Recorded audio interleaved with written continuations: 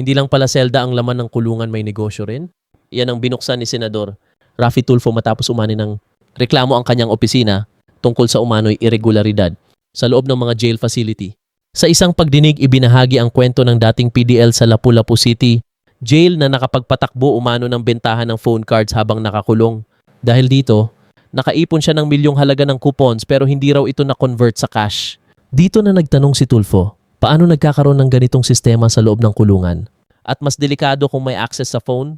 Posible bang may illegal na transaksyon pa rin na nangyayari? Aminado naman ang BJMP na may pagkukulang sa insidente.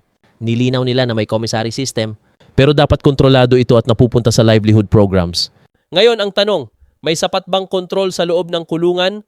O may mga butas na kailangang agad tapalan? Tulong-tulong tayo maging reporter sa sariling bayan. CSTK channel, subscribe, follow, like, and share.